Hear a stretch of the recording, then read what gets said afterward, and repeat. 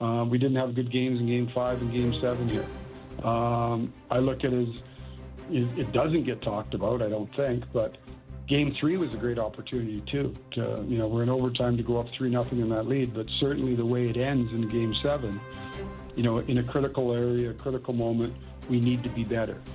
So that's where our DNA, and it's not just airlifting in 20 new players and shooting everybody that's here. That's just, I get the emotional reaction from people. It's how can we be better? How do we improve? How do we improve mentally? How do we improve in those moments that are critical? And certainly,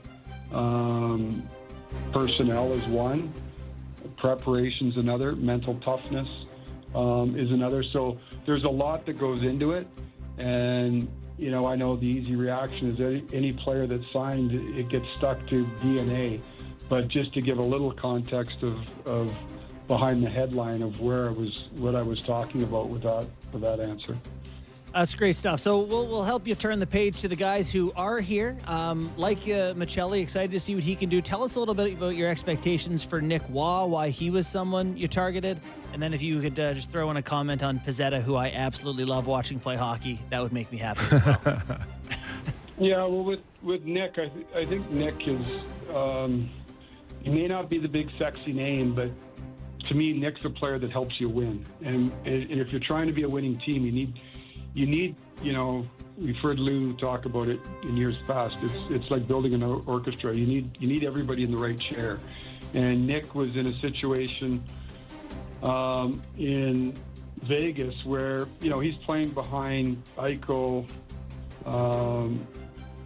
Carlson, Hurdle.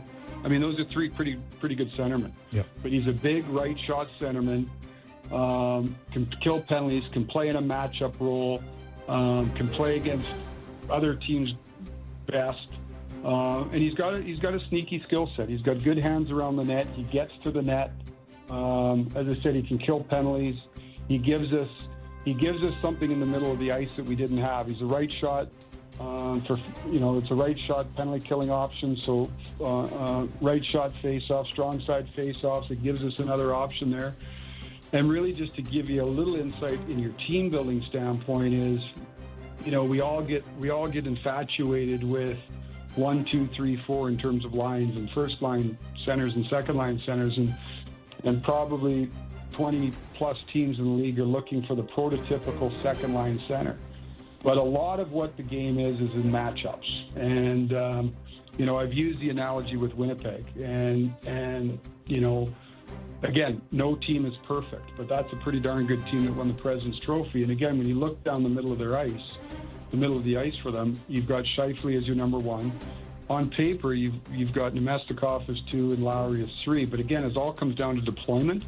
And if you have somebody, when I look at our roster here right now, with Nick Waugh that can take a lot of defensive heavy lifting, defensive zone starts, defensive face-offs, and matchups, when you put those into a pot, it allows you to not get necessarily lost on your 1, 2, and 3, but spread out matchups and situational play that could free up different people, whether you're talking about Austin, John, and Scotty Lawton. So when I look down the middle of our ice right now, I think it gives us a lot of different options. And like I said, he was important. He was an important player. He was an important player for us to get. It's a player that we've had a lot of interest for a long time.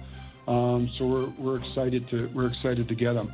With Michelli, again, when we look at our roster and subtracting Mitch from there, of trying to look at the aggregate of how do we replace some of the assets that Mitch had, and one of them obviously was playmaking ability. And again, this is maybe a name that's recognizable to a lot of people. He's coming off a down year, had some injuries, and fell out of favor and lost some confidence. But he's, when you really dig into him, he's a guy who makes a lot of plays. Can retrieve pucks off the wall, goes into traffic, has got really good vision, moves around the ice really well, but has the ability to elevate others in terms of, making plays. And the thought process behind it is we have people that can finish. A lot of play driving and offensive distribution is an area, as I said, with Mitch being gone, that we were looking for. So we felt that this was the opportunity cost was manageable, and we've got some ideas where he'll fit, but bringing in that skill set, we felt was something that potentially has some upside for us. And then with Pizzetta, he brings forechecking ability. He skates real well. He's a very willing competitor, which I think you can never have too much of. And he plays hard. He's a great teammate. We'll see how it all sorts itself out here, but he's a guy that is never going to cheat you with effort. And it gets back to the comment I made earlier that you need all kinds when you're building a team to fit in different roles. And so we were glad that Michael came to us, and he'll give us some juice. Brad, we know it's been a busy 24 hours and probably will be for the next little while for you. We really appreciate your time coming on the show. Thanks for doing this. You bet, guys. Thanks for having me on, and happy belated Canada Day. You as well. You as well. Too. Thanks for your time. I'm surprised you're working today, Kipper. I thought the tires squeal after July 1. And you've not heard from him again. You're going to hear him real soon. Don't worry. It's almost time. Yeah. Brad Treliving, Okay. General Manager of the Toronto Maple Thanks. Leafs, and real stand-up guy. Yeah. He is. He didn't have to come on. He's like a free agency. A couple days in, he could have Still doing completely blown us off. I would have liked it that he blew us up, because that would mean that he was in the middle of doing something. I remember when Alvin did that, when he was signing Pettersson or signing something. He didn't show showed up. us, yeah. JB, are you crazy asking him about three guys? Well, I didn't mean Michelli. I just wanted. I don't think he's ever given an answer under 30 seconds. I opened the door. I'm glad you didn't ask him the first question. We wouldn't have got in any more questions. But all kidding aside, I thought his answer to DNA was excellent. That we just assume that it's just bodies moving in and out, and it's not. It's the whole package, right? You needed some mutations from the current DNA. Okay, 2-hour show. Just like that, our first hour's up, but we're sticking around. We'll take it around the league as well. Still plenty news on free agency. Don't Dan go Murphy, away. Jason Greger. Real Kipper and Bourne. We continue after these words. Welcome back in studio, the Real Kipper and Bourne Show. Nick Kiprios, Justin Bourne, Sammy McKee, Derek Brandeo, and Jake the Snake Schultz. 1 hour down, 1 hour to go.